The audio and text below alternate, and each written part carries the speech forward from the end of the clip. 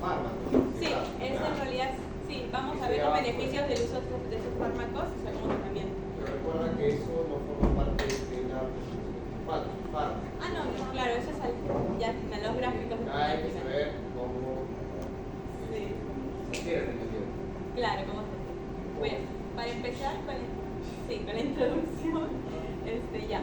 Bueno, vamos a saber que la nefropatía diabética en sí va a ser una de las complicaciones de lo que es una de las enfermedades muy importantes a nivel mundial, que es la diabetes mellitus.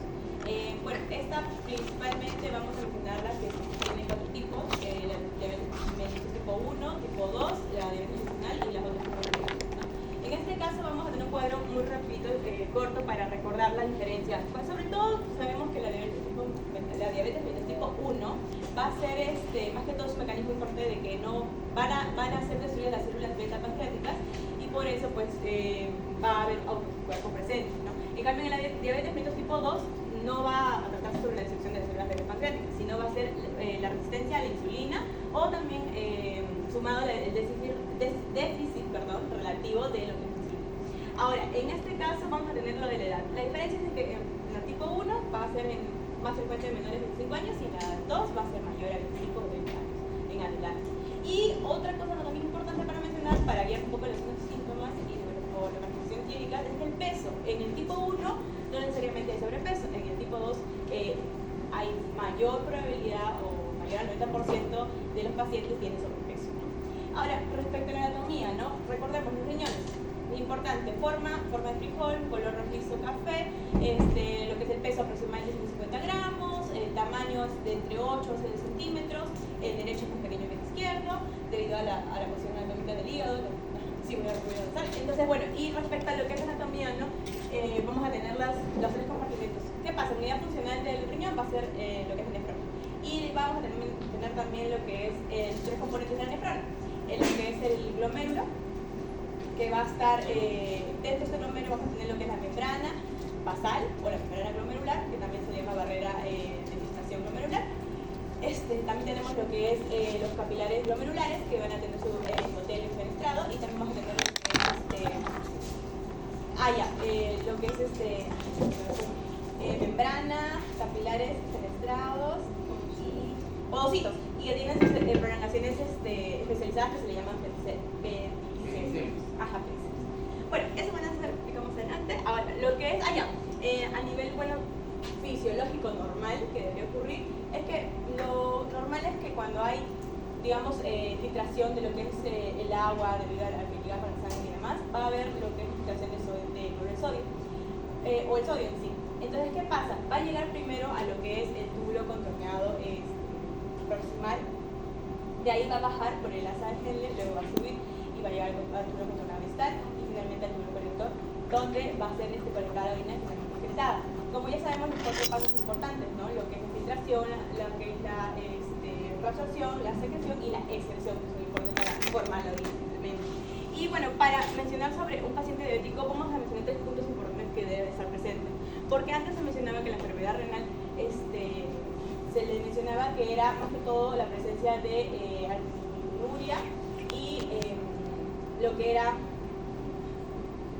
o sea, la diferencia entre antes se le mencionaba un concepto antiguo a la enfermedad renal, a diferencia de la nefropatía diabética, que la nefropatía diabética tiene presencia de albuminuria, hay una complicación que es la retinopatía diabética, o si no también la neuropatía diabética. Es una de esas 2 complicaciones que está presente para que se le diferencie con la anterior, que era la albuminuria y la presencia de neuropatía. En este caso tenemos la albuminuria persistente confirmada en al menos 2 ocasiones con anterioridad, o sea, 3 a 6 meses de diferencia, que sea mayor a 30 miligramos por decilitro. Más que todo eso son para datos de diagnóstico. Y bueno, siguiente por favor. Sí, allá de teléfono.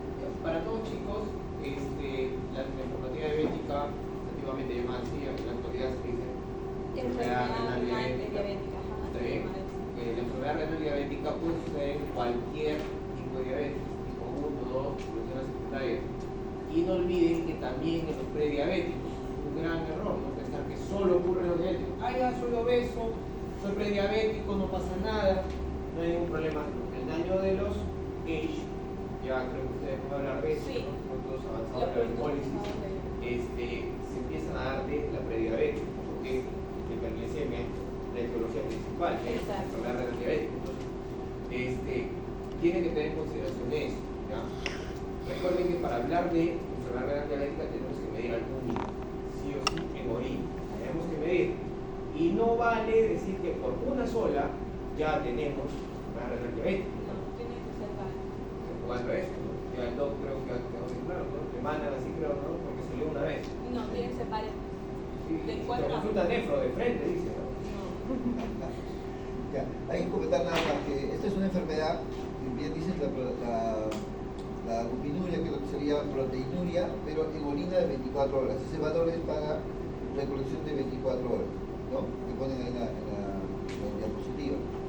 Lo otro es que es una nefropatía progresiva, lentamente va matando el riñón. O sea, lo que ya se consumió, lo que ya se ha destruido, ya no se recupera nunca más. En otras palabras, esta enfermedad va a llevar a una insuficiencia renal crónica, terminal, va a perder sus riñones. ¿Ya? Y en el proceso del avance, no solamente está la diabetes, sino que una complicación que va a agravar todo y que va a aparecer también hipertensión arterial en el camino. ¿Ya?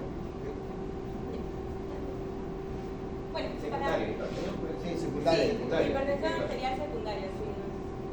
Ok, respecto al otro concepto básico para saber y entender más o menos cómo es el proceso mecanismo, es la presión hidrostática glomerular y la presión coloidosmótica, o también llamada osmótica. Es importante esto porque la presión hidrostática va a ser como la fuerza en la que los líquidos ejercen para poder salir de lo que es la parte del glomerular hacia la cavidad o el espacio del bowel. Y en cambio esta, de acá la opuesta, va a ser la presión la opuesta va a ser la presión coloidosmótica glomerular, que va a ser lo que son las células o también por ejemplo las moléculas, los iones, proteínas que van a querer entrar a lo que es a pasar la membrana glomerular desde el espacio de Bowman hacia el tejido. Entonces estas presiones se van a contraponer y va a salir un resultado. También tenemos lo que es la presión de la gasa de Bowman. ¿Por qué? Porque como va a haber concentración de solutos aquí, entonces el agua siempre va a querer ir de algún espacio de presión. Esa diferencia presente se asegura que exista la filtración. Sí. Y bueno, acá están las arterias importantes, arteria referente y excelente. Eso sí es muy importante para entenderlo en sí la patogenia cuando ocurra un daño aquí o un daño aquí. Y aquí, bueno, vamos a tener lo que es la irrugación de los túbulos perirenal. No, túbulos perirenales. Ajá. Que va a ser ya un tema más adelante que va a ocurrir la hipoxia y todo por debido a la dilatación. Vamos a explicarle la patogenia más despacio. Antes que avance, ¿para qué sirve la arteria aferente cuando se hace vasodilatación y cuando hace vasoconstricción? ¿Cuándo se Te está preguntando por la autorregulación del flujo renal. Es algo muy frecuente en fisiología. Una pregunta de fisios.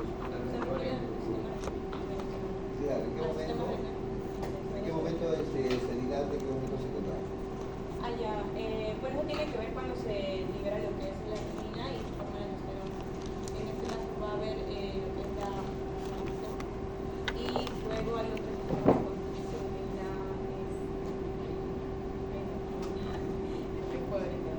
pero bueno, cuando disminuye, entonces ya no va a haber la aceleración, va a haber la disminución. Sí disminuye.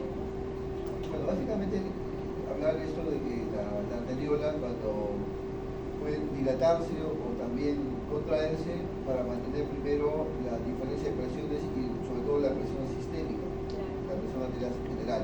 Si esta, por ejemplo, se cierra de constriñe, va a aumentar la presión intramuscular. Eso es importante por eso que no Ese se ya, ese dilate. la arteriola deferente tiene otras funciones diferentes a la arteriola aferente. Las dos son arteriolas, pero las funciones son distintas. En la primera va a regular el ingreso de sangre a través de va a llegar por presión, ¿no? Va a regular la cantidad de sangre que ingrese al glomérulo, porque si ingresa a una gran presión va a destruir el glomérulo. Entonces, esa arteriola tiene la función de proteger al glomérulo y se va a mover en función a la presión sistémica, a la presión general. En cambio, la segunda, su función es principalmente, ¿qué cosa? Asegurar que no aumente la presión dentro del glomérulo. Porque si esa está, ¿en qué momento se va a hacer una vasoconstricción? Cuando exista baja presión en el glomérulo, se cierra para incrementar, porque como se va como una represa, ¿no? Se va juntando el agua o la sangre a ese nivel, el plasma, y eso va a originar el incremento de la presión dentro del glomérulo. Y si hay un exceso de presión a ese nivel, más bien se va a dilatar para así regular la presión y esa diferencia de presiones dentro del glomérulo y así se produce la orina, porque si no, no se podría hacer este proceso. O sea, ambas arteriolas tienen funciones distintas y que van a tener mucho también que ver lo que vamos a ver más adelante y cómo se va a regular también y cómo se va a hacer la nefroprotección, o sea, cómo vamos a cuidar los riñones. Así es. Y bueno, también para mencionar, como usted les decía, si hay un aumento, por ejemplo, en la expresión del sodio, a veces va a ocurrir más adelante, es de que el sistema renal se active, se hiperactive en la nefropatía diabética. Y eso es malo porque va a haber una presión arterial elevada y esa presión arterial secundaria, como mencionaba. Entonces, y bueno, respecto a la formación de orina, ya lo mencioné en los marcapasos, que lo he dicho anteriormente, y es más que todo el funcionamiento del riñón, que va a puede liberar los desechos de la orina, también la purificación de sangre, el equilibrio de los electrolitos, ya sea por ejemplo los ácidos básicos, ¿no? El carbonato básico y ácidos hidrogénicos. ¿Y qué más?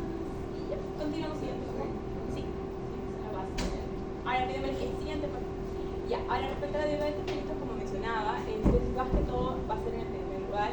Y en el artículo mencionaban que va a haber un aumento, o que hubo, mejor dicho, un aumento en los últimos 20 años en la prevalencia en Estados Unidos. Y más que todo afectó al 10,5% de la población de Estados Unidos, o también representado por 34,2 millones de personas. Quiere decir que más que todo el desarrollo se va a notar más que todo lo que es la prevalencia de esta enfermedad de mellitus. Y también mencionaba que la diabetes mellitus tipo 1 estaba más relacionada con la nefropatía diabética porque era miluria más lo que es la nefropatía diabética de la segunda complicación, por la primera era la neuropatía,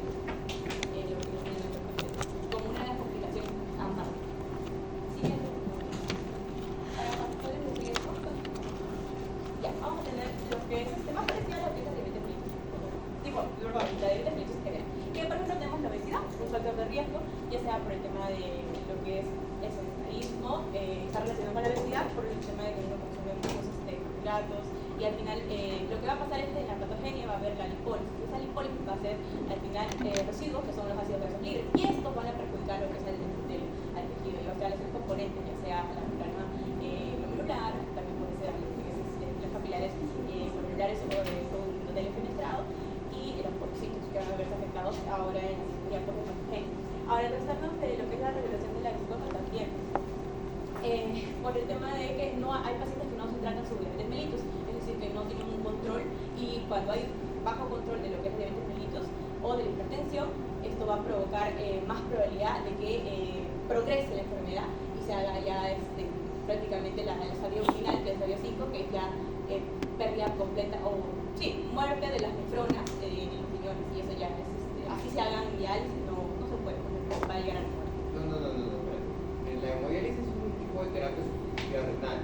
Sí, perdón, no, es trasplante renal, perdón. Ya. Después de trasplante, así se haga trasplante. Porque los factores de riesgo están persistentes. Exacto, disculpe. ¿Cuál es la etiología acá? Los chicos preguntan. Ya, la hiperglicemia. La hiperglicemia, excelente. ¿Y cuáles son los factores de riesgo? Son idénticos a los de diabetes.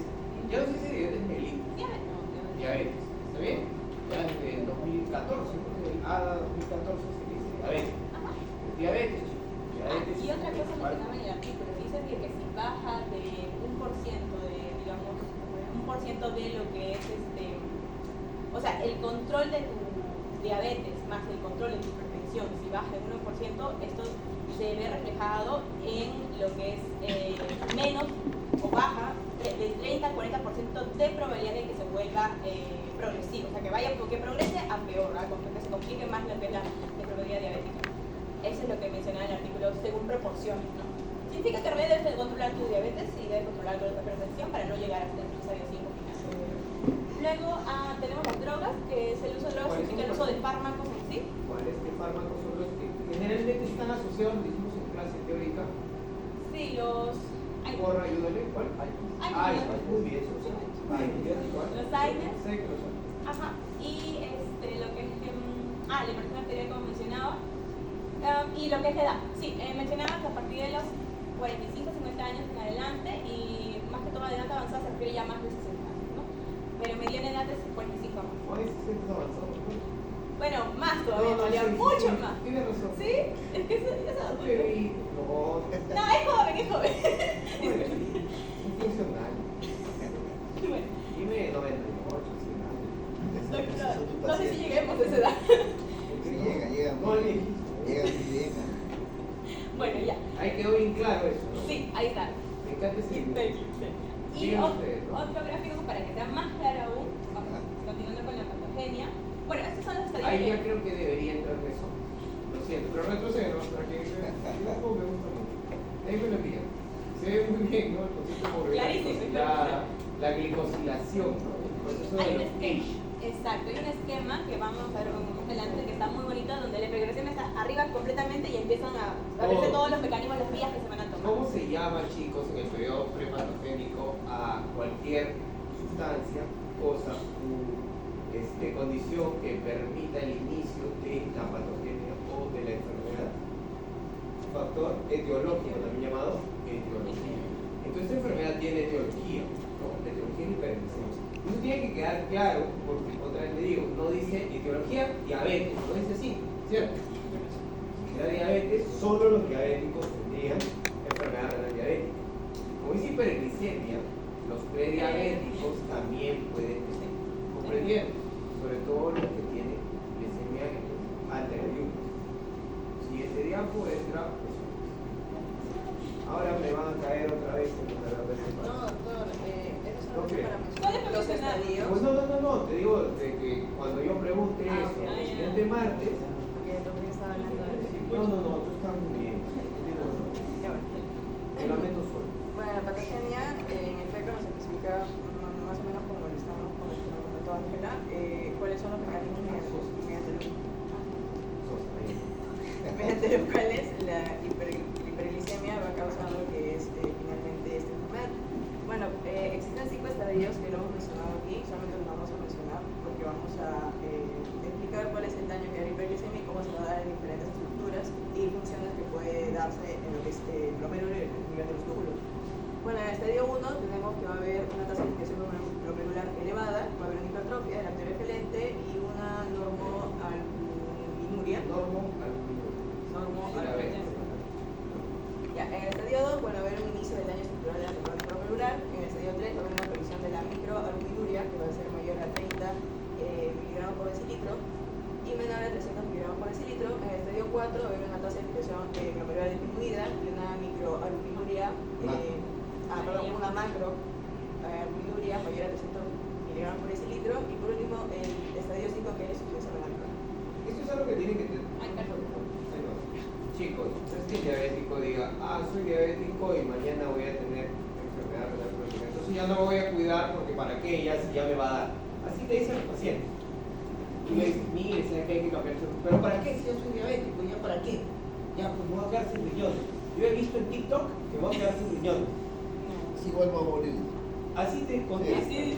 Si vuelvo a morir, mejor muero comiendo todo a mi gusto, a que me muera con tantas dietas, restricciones y cuidados, y vuelvo a morir. Y tienes que ser rígido con esto porque, escuchen, no es que el paciente muere al día siguiente.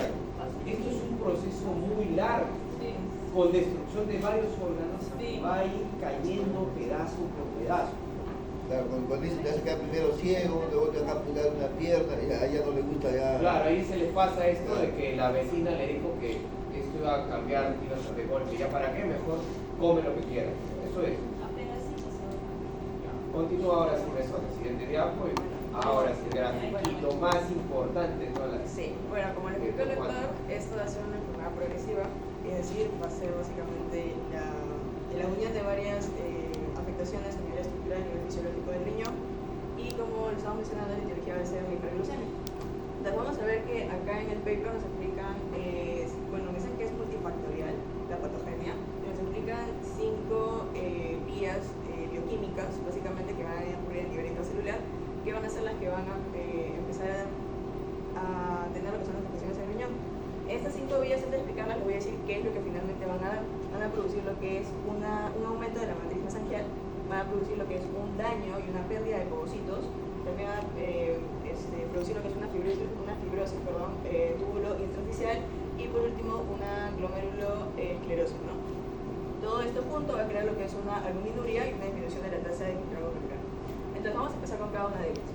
La primera ruta que nos mencionan es la ruta de la 2A reductasa, que es una ruta alternativa de la degradación de la glucosa, que va a convertir azúcares unidos con alcoholes.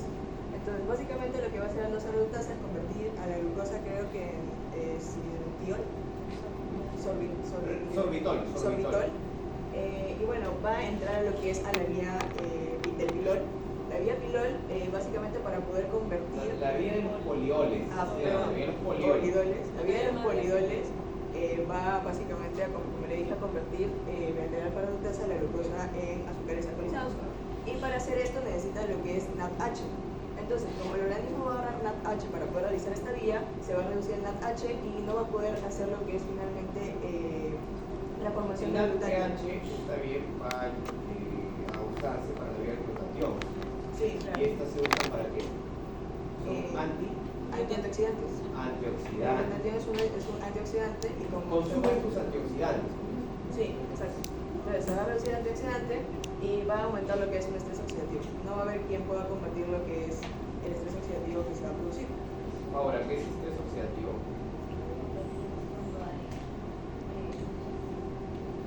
Reactiva el oxígeno que no se puede neutralizar. Daño la de. Entonces, el estrés oxidativo va a producir lo que es una activación de la proteína quinasa. Ahí va a producir lo que es una activación del NF-κB, que es el factor nuclear kappa beta. También va a activar lo que es la vía de la oxazamina, que también la vamos a ver por allá. Y por último va a producir lo que es un aumento de H o AGEs. Son los productos avanzados de la glicolización. ¿Qué significa eso? ¿Qué es? Porque ya sé qué significa. ¿Qué es? Es la oxidación o reducción de azúcares, proteínas y grasas. Sí. Como ocurrió en el LDL, ¿se acuerdan? Que se cristalizó porque se llenó de azúcares. Es un H.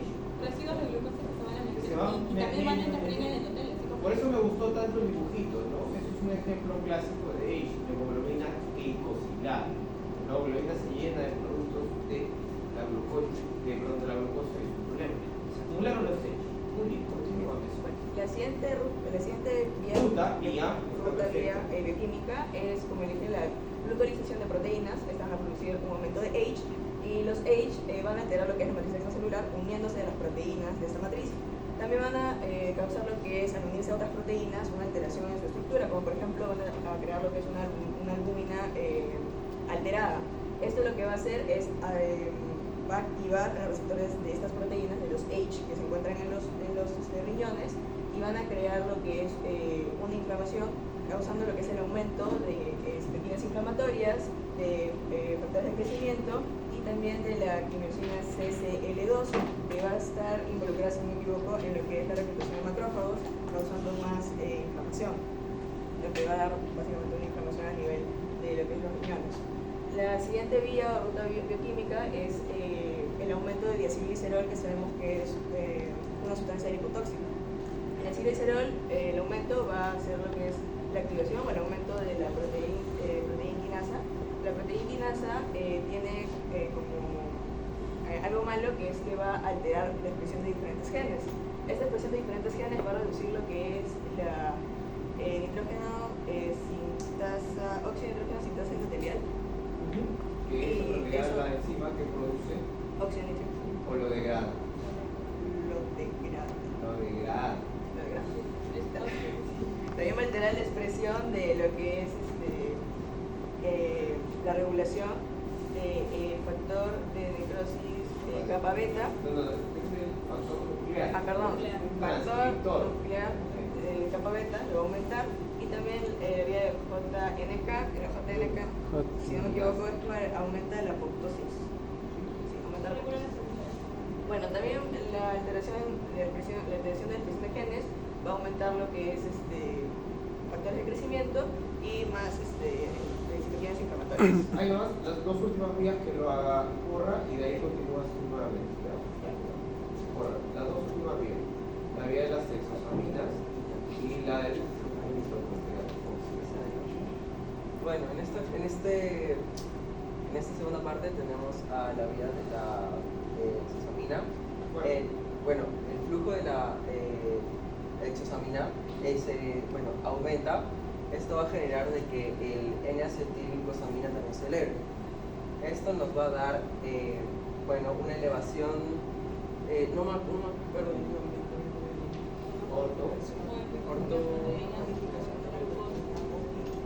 Una modificación de la proteína OGC-NAC. Sí. Y esto, por ende, nos va a dar una elevación del TGF-beta y el PAI-1. ¿Qué es eso? Inhibidor. Si no hay activador del plasminógeno, ¿se va a activar el plasminógeno en porro? No. Y si no se activa el plasminógeno, ¿qué hace el plasminógeno? No va a generar plasma. No va a generar plasmina. Plasmina. ¿Y qué hace la plasmina? ¿Degrada a quién? No, degrada la fibrina. Por lo tanto, se van a formar coágulos sin control. Nunca pueden remover los coágulos. Entonces, si hay PAI, lamentablemente no va a haber plasmina. Entonces, es un estado procoagulante. ¿Y encima qué hay? ¿Aumento de quién? Transformante.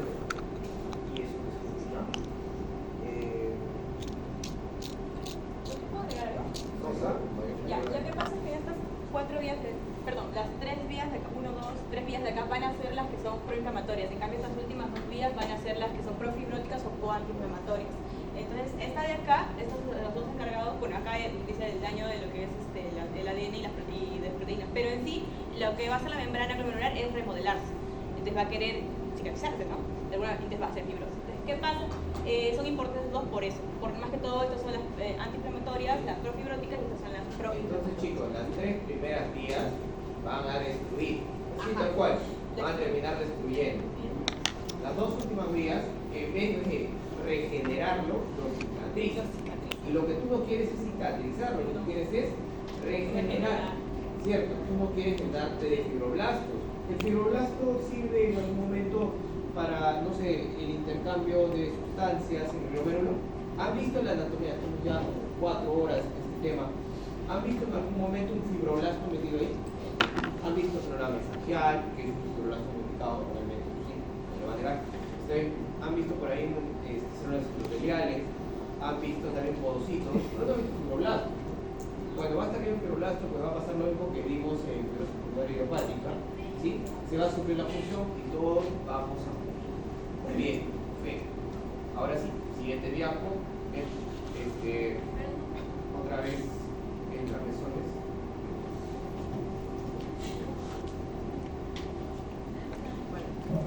Acá nos enseñan básicamente en el paper, Fuerte, mesones. bueno, en el paper también nos muestran estas imágenes, nos van a, como les dije, diferentes mecanismos que van a alterar lo que es la estructura y también la función del riñón y cómo este va a dar diferentes afectaciones, ¿no? Entonces, en este caso nos presentan una fisiología normal y la que es del riñón diabético, ¿no? Entonces, básicamente esto nos habla sobre la retroalimentación túbulo-glomerular. Nos habla esto básicamente de que, bueno, para explicarlo vamos a explicarlo primero con el normal, ¿no? El cloruro de sodio va a ser importante para que pueda haber una regulación de la tasa glomerular, correcta y haya una correcta presión intraglomerular. ¿Qué es lo que sucede? Que las células de la mácula densa necesitan cloruro de sodio para poder regularlo correctamente y se puede realizar una correcta función a nivel renal, ¿no?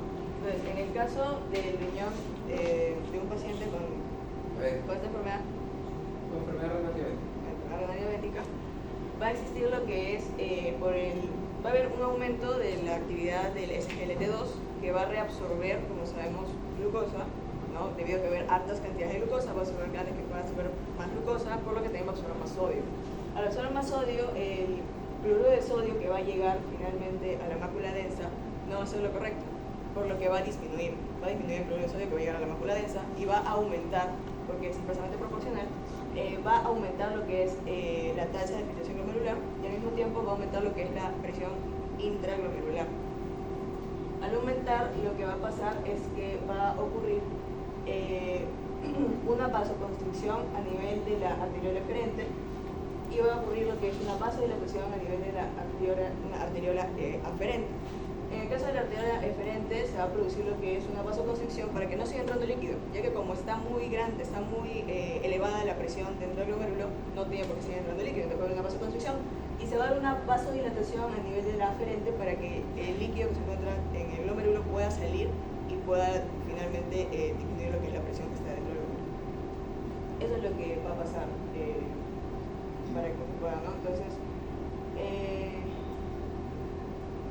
¿qué es la glucosuria? la glucosuria es el nivel de glucosa que se va a ver en la orina. ¿Eso es normal? No, no es normal, ¿Por qué? porque lo normal es que se reabsorba correctamente la glucosa ¿Y cómo se reabsorbe? mediante el SGLT2. El SGLT2 junto con sodio. El tema es tener sodio, si no tienes sodio, nunca vas a absorber. Es la razón cuando estamos deshidratados y el sodio no puede ser reabsorbido sin glucosa. Están enamorados, los dos tienen que entrar ahí, ¿no? Siempre, en parejita. Entonces, por esa razón, cuando el paciente está deshidratado, todos los sueros tienen glucosa y tienen sodio. ¿Comprendieron? Un riñón normal, un riñón diabético, el SGLT2 no puede, lamentablemente porque hay demasiada azúcar. Entonces, entra todo el sodio que tiene que entrar y entra toda la glucosa que pudo y ya no puede más. Entonces, se conoce como el intensimo umbral de glucosuria, ¿no? Cuando tú superas esta cantidad, empieza a aparecer glucosas ya en la orina, ya no puedes más. Siguiente diapo, entre corra.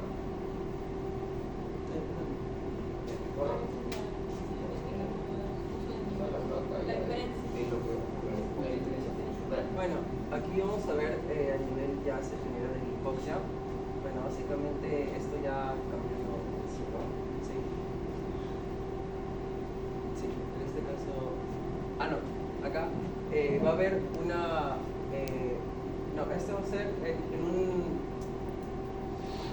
Aquí se va a generar una filtración, un aumento de la filtración de glucosa con sodio y acá se va a generar una baja filtración de glucosa con cloruro de sodio.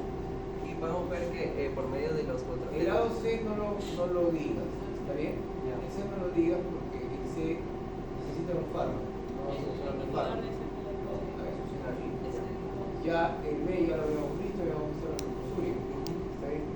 Yo lo que quiero que veamos una siguiente diapositiva. Ahí. Ya, esto es a nivel de la. Solamente explique el A. Recuerda que el B es ya con fármaco. No, Claro. estamos haciendo fármaco. Solo el A. Ya, está bien. Bueno, aquí tenemos el glomérulo, ¿verdad? Y aquí tenemos la mácula densa. Tenemos aquí la arteriola, que a ver, obviamente podemos observar que existe una vasodilatación y aquí una vasoconstricción. Acá vamos a tener una mayor filtración, una mayor Flujo filtración. plasmático renal. Sí. Aumenta el flujo plasmático renal. Eso aumenta la tasa de filtración. Sí, aumenta la tasa de filtración. Ya. Obviamente por esto va a aumentar, por ejemplo, la presión intraglomerular, de capilar glomerular, y también va a aumentar la filtración de glucosa. Esto no va a generar, la mácula densa no va a generar un aumento de la angiotensina, y esto por ende va a aumentar los factores de crecimiento, si no me equivoco, la inflamación y una fibrosis y especies reactivas de oxígeno rosa. Esto nos va a provocar una pérdida de capilares peritubulares, que se puede observar. ¿Por qué la mácula densa ha producido tanta angiotensina? La mácula densa produce renina y eso va a terminar en crecimiento, pero ¿por qué? La angiotensina se va a liberar para hacer, en este caso, la vasoconstricción. ¿De dónde? ¿Quién? De la arteriola eferente. Eferente. Ahora sí, ya cuadro. Recuerden chicos, A aferente, autorregulación. ¿Está bien? Usa prostaglandinas. Sí, la prostaglandina acá sirve para la vasodilatación como siempre. Y no son inhibitorias, no usan simplemente porque necesitan más flujo. ¿Ya? En cambio, la eferente necesita cerrar ese caño para que no se escape. escape. Continúa. Y esto nos va a generar la hipoxia, en este caso. Ya aquí tenemos, por ejemplo, esto también nos va a generar la hipertrofia del túbulo proximal, como vamos a observar acá en las células. Va a aumentar el HIF1 alfa y esto por ende nos va a generar la resistencia a este factor. Nos va a generar una disminución del hematocrito, eritropoyetina. En este caso que vamos a ver en cómo va a ingresar el sodio conjunto con la glucosa por medio del transportador SGLT2 y obviamente va a aumentar el sodio y por medio del canal sodio-potasio y el GLUT2 va a generar una salida, ¿verdad? Una salida de sodio con incremento de sodio-potasio TPasa y eso nos va a generar una baja en lo que viene a ser el PO2. En la presión parcial de oxígeno. Esto nos va a generar que es el aumento del Flujo plasmático renal, ¿sí? Nos va a aumentar el aumento del oxígeno, pero también un aumento del filtrado no. ¿Qué es PO2? PO2 es presión de oxígeno. Presión de oxígeno. O FAD. Y bueno, ¿Cuál es? ¿cuál? Presión. Presión de oxígeno. PO2. Hay cosas que tenemos que comprender. En la enfermedad renal diabética fallan mucho las funciones de la nefrona. Comienza a haber lamentablemente acidosis, comienza a haber hipertensión secundaria por ejemplo del sistema renal colesterol. Eso es lo que el doctor ha estado diciendo hace rato, ¿no? Que en el proceso se comienzan a dañar más órganos por culpa de esta complicación. Es decir, más hipertensión de la que ya había y eso podría generar una aceleración de la degeneración del glomérulo. Tenemos bastantes problemas, hay que ir acortando. Siguiente día,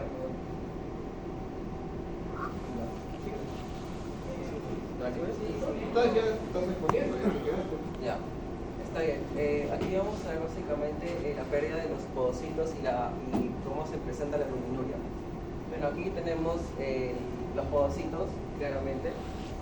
Lo que va a generar es esto de la linfotoxicidad y la obesidad. Estos FFA significan los ácidos grasos libres que van a entrar junto con, si no me equivoco, la albúmina.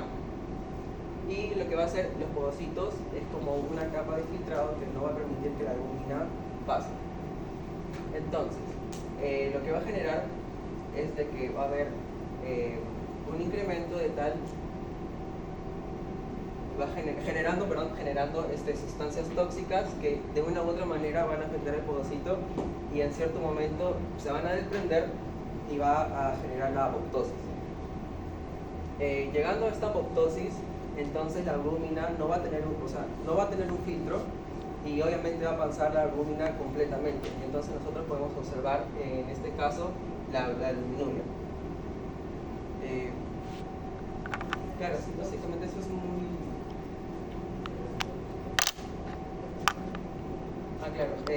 claro, sí, obviamente la albúmina es tóxica para las células del túbulo, como quizá vamos a observar, y van a causar una injuria en el túbulo intersticial, ¿no? Y bueno, la acumulación de los ácidos grasos libres en los túbulos, y bueno, obviamente ya como lo mencioné, una injuria tubular. Significa esto, que no solamente se destruye el glomérulo, Se destruyen las dos componentes que mencionamos, lo que es la membrana glomerular, lo que es la vascular interglobulares con endotelio de estrada y el otro que es los podocitos con sus células. Y aparte las células mesenterias también sufren un daño, por eso hay hipercelularidad de las células mesenterias. hiperplasia de las Hiperplasia, exactamente. Y lo que son los pedicelos se van a abrir, o se van a ver más espacios como penetraciones. ¿Por qué? Porque quieren captar más, supuestamente tienen menos cantidad de sodio en lo que es en la mácula densa, por eso que se activan. ¿Tiene eso es? Y hay una hipervolemia que en este caso no es porque falta agua, sino es porque porque hay demasiada glucosa.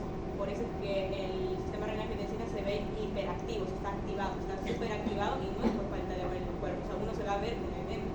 Bueno, grande, hinchado. Es eso. Siguiente, por favor.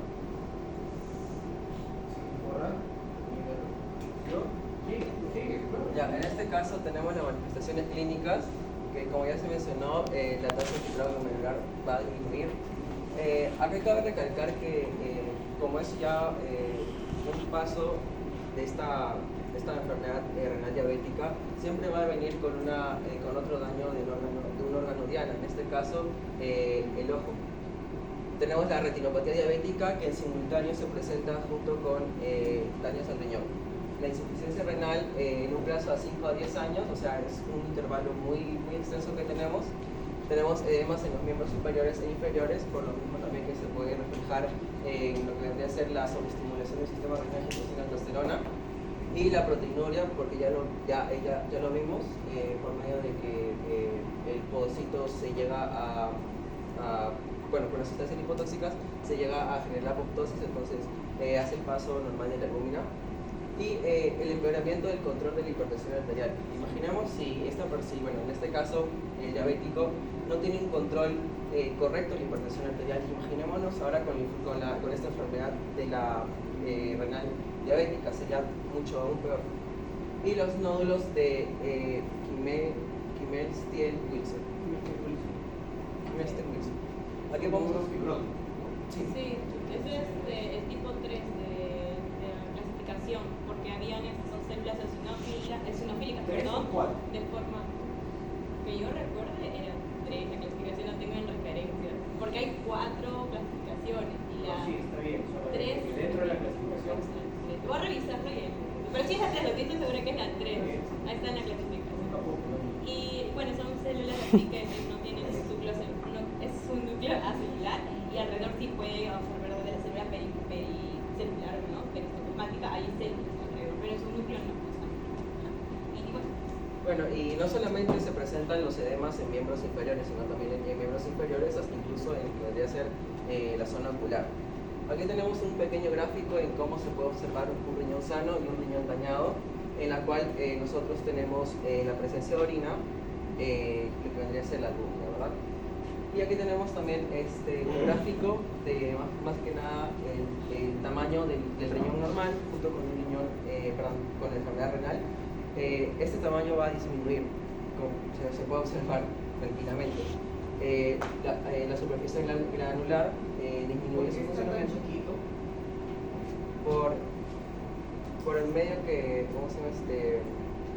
se comienza a fibrosar, se comienza a ya no tener su misma consistencia. Excelente, esa es la razón. Nada por fibrosis. Pero eso ya está avanzada. Claro, Sí. Cuando empieza la enfermedad, ¿cómo está el niño? Puedo observar riñón casi normal. Normal con un poco aumentado su tamaño. Cuando empieza la enfermedad, el niño aumenta el tamaño. Sí, en Claro, el sí, estadio un poco 1, 2 y 3 es preclínico, casi no se ve las funciones clínicas, o sea, no se ven los signos clínicos, Claro, por eso. pero 4 y 5 sí se ven, claro. Por eso que es de un riñón normal a un riñón con un ligero aumento de tamaño. Al inicio sí. Tamaño pequeño y proteinante. ¿Puedes regresar antes que avances para ver dónde estaba tu materia? Ahí puede ser. Explica bastante. Claro, acá explica bastante, ¿no? Lo que pasa es que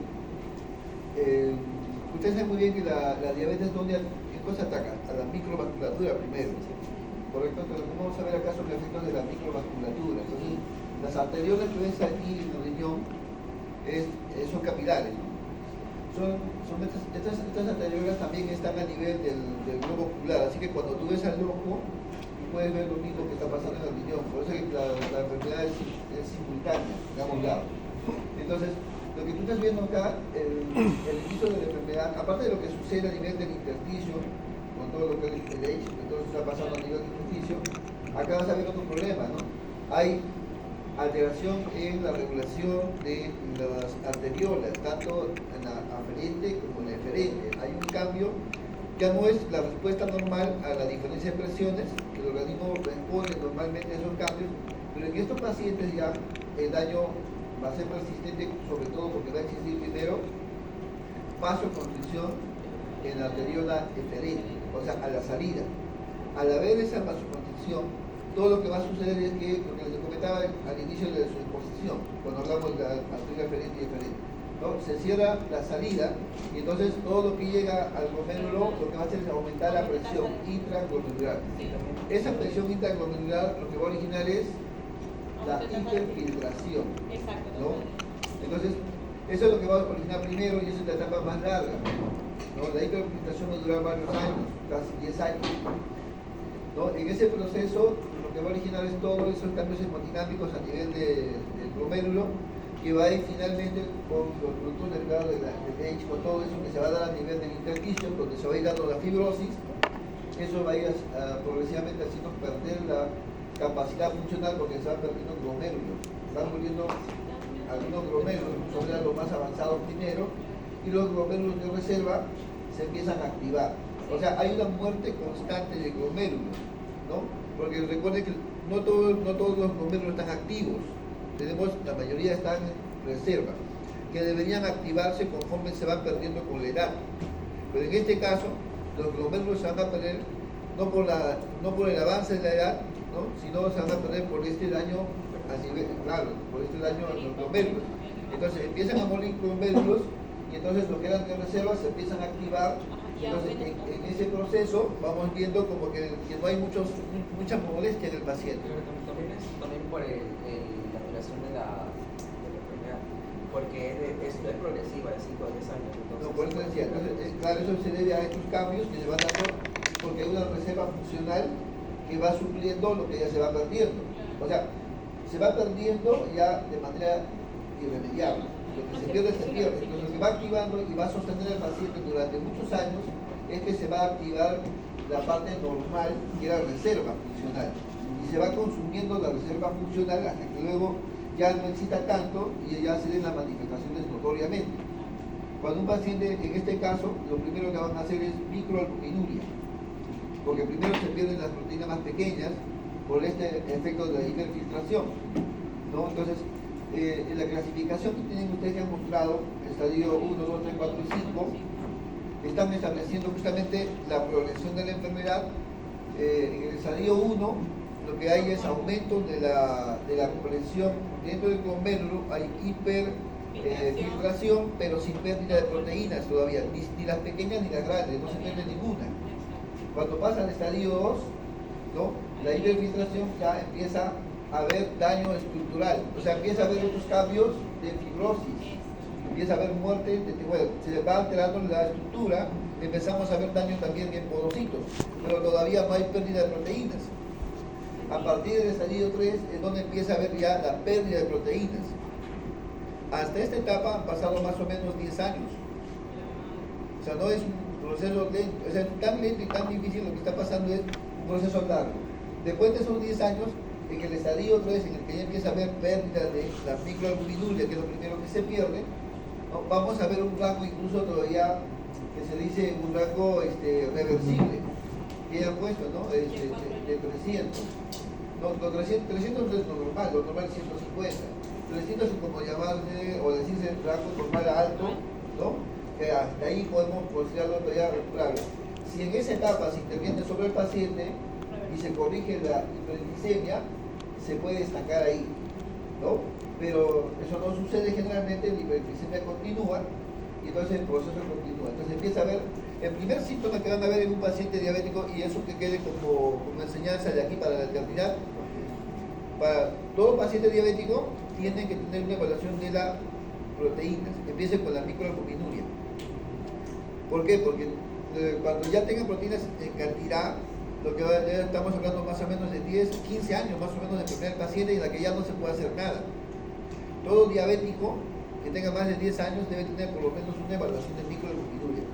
Evalúen por ahí, ¿no? A veces nadie evalúa, nadie les pide eso a los pacientes en el que ya vienen en estado de que no se puede hacer nada, ¿no? Y luego ya viene el estadio 4, y eso ya irreversible, ya empieza la disminución de la función, pérdida de la función en la tasa de filtración, y luego ya viene la etapa en la que ya hay pérdida enorme, que van a haber síndrome nefrótico tipo membranoso, o sea, con más de 3, 4, 5 grados, con todos los daños ya establecidos. porque el paciente tenga una sarga, ya que cualquiera lo puede diagnosticar. Recordemos que hay hipertensión sistémica, que va a verse afectada posterior a las diferentes y también de nuevo, por eso que afecta a otros sistemas. Correcto, perfecto. Pasamos a eso ya, llevamos un poco de tiempo. Pruebas de imagen, también la biopsia que ya mencioné también es una exposición importante para saber el daño y el caso clínico que es cortito. ¿Lo presento? O ya. Max Verstappen. No, está bien. De repente es. Un hombre de 50 años con antecedentes de diabetes tipo 2 diagnosticada hace 15 años. Acude a la consulta médica con quejas de hinchazón. ¿Quién es ese caso? ¿Quién ha sido? Refiere, dice el doctor, refiere. Refiere. ¿No le dicen? Refiere, No leo. cuando refiere al paciente. ya, bueno. Sí, ha contado con palabras. ¿De dónde está la comida? Hinchazón de pierna, fatiga y presión arterial elevada. No, pues ya te estaba dejando, ya está bien así. Está bien. Además, anotó una descripción de la orina y orina espumosa. a la evaluación médica tiene una presión arterial y los análisis de sangre se encuentran relacionados con la creatinina y urea, así como una posible infección renal y la prueba de orina posible infección de los Significativamente elevada. Pregúntale a Faust, por favor. Haz una pregunta de fisiopato, informa. A Faust. Fisiopato. En este caso, si vemos que tiene el edema en piernas, bueno, en miembros inferiores, ¿a qué sistema estaría sobreestimulado? El sistema renina Bien, va uno, excelente. Ahora, siguiente pregunta. Desorden, por favor, a Borja, por favor. A Borja. Puede ser cualquiera. Sí, fisiopato, Fisiopato. Ya no pidan factores de riesgo. ¿Qué son los H? Ahí está, buena pregunta. ¿Qué son los H?